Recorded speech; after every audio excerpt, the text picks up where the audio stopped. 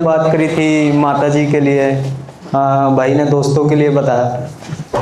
हमारे गांव में दादाजी भी काफ़ी शरारती टाइप होते हैं। जैसे बंदा पढ़ने जा रहा है, 5वीं 6ठी क्लास का बच्चा ही लगा लो, अब वो पढ़ के आ रहा है धूप में वहाँ से, क्योंकि शहर में तो हम कैब बुक कर देते हैं बच्चों के लिए, बाइक पे छोड़ देते हैं, गाड़ी में छोड़ देते हैं, लेकिन गांव में ऐसा नहीं है। गांव में अभी भी साइकिल पे जाना पड़ता है, पैदल भी जाना पड़ता है।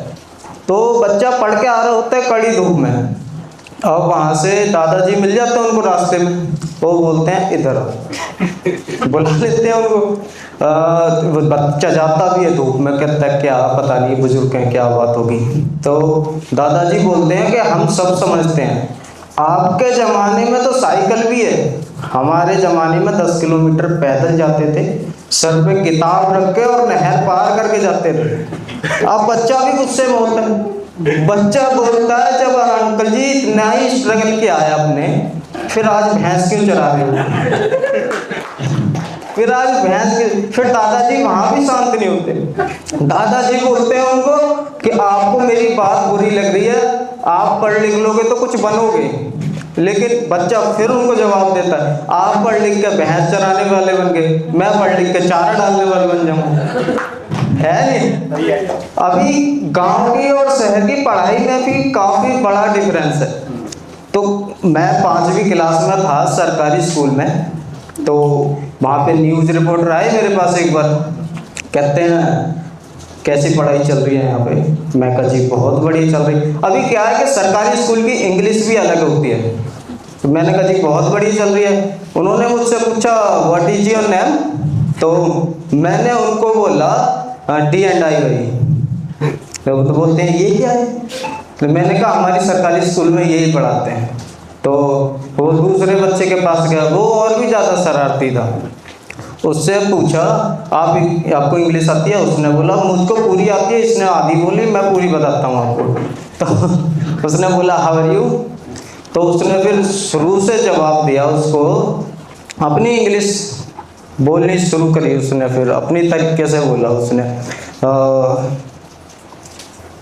मेरा फर्स्ट टाइम है तो मैं थोड़ा सा, उसने अपनी तरीके से इंग्लिश बोली। फिर वो बोलता है अस्ता भात, भात हमारे यहाँ चावल को बोलते हैं, यूपी बिहार में भाई बोलते हैं ना भात चावल को। अब उसने बोला अस्ता भात, उसने कहा ये क्या है? आप अब सुनते रहो मेरी इंग्लिश।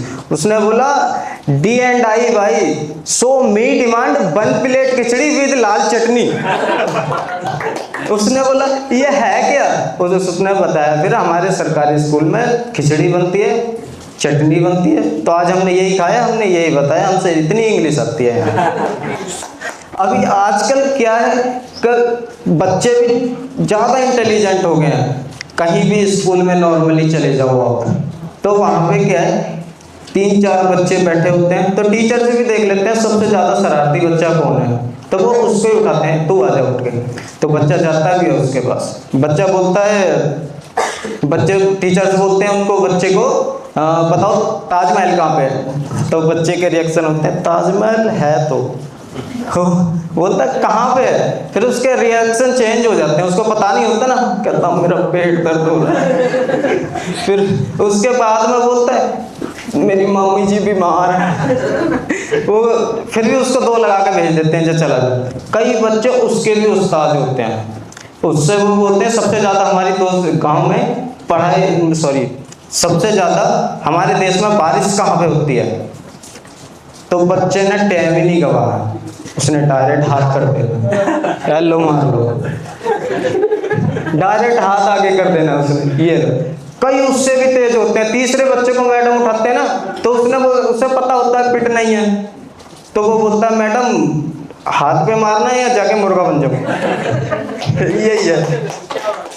फिर आजकल क्या होता है कि बाबा लोग बहुत प्रसिद्ध हैं हमारे देश में। बाबा बुलडोजर नहीं, वो भी यूपी बिहार में हैं प्रसिद्ध, लेकिन और मैं बात कर रहा हूँ जैसे जागरण ले लो, भंडारे हो जाते हैं।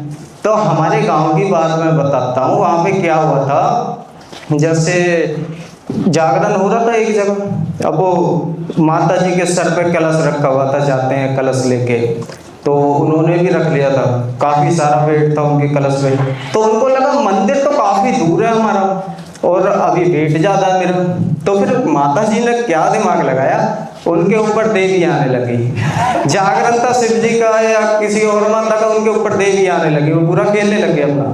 अब तो खेल रहे हैं तो सब बोलने लगे हटो हटो, माता जी का वेट कम करो कैसे करके। और माता जी का कलश लिया। अब एक बंदा उनसे भी ज्यादा शरारती, उसने बोला माता जी आपकी पायल गिर गई, तो माता जी भागी, वो अपना पायल देख रही थी, गई का पायल कहाँ है। अभी क्या होता है, नॉर्मली हम ट्रेन में सफर कर रहे होते हैं, ट्रेन में सफर करते में हमें एक गुटखा खाता हुआ बंदा ऐसा मिल जाएगा जो दूसरों की हेल्प कर रहा होता है, क्या नहीं हेल्प, ये समझ लो। फिर आप उससे कुछ भी जवाब पूछ लो, वो जवाब जब ही देगा जब 5 रुपए से ज्यादा की बात होगी आपकी, पहले नहीं देने वाला वो इशारे में बताएगा आपको, ठीक है। अभी क्या होता है, जब उसका गुटखा खत्म हो रहा होता है ना, फिर वो अकेला ही बात कर रहा होता है, 2 घंटे लेट है।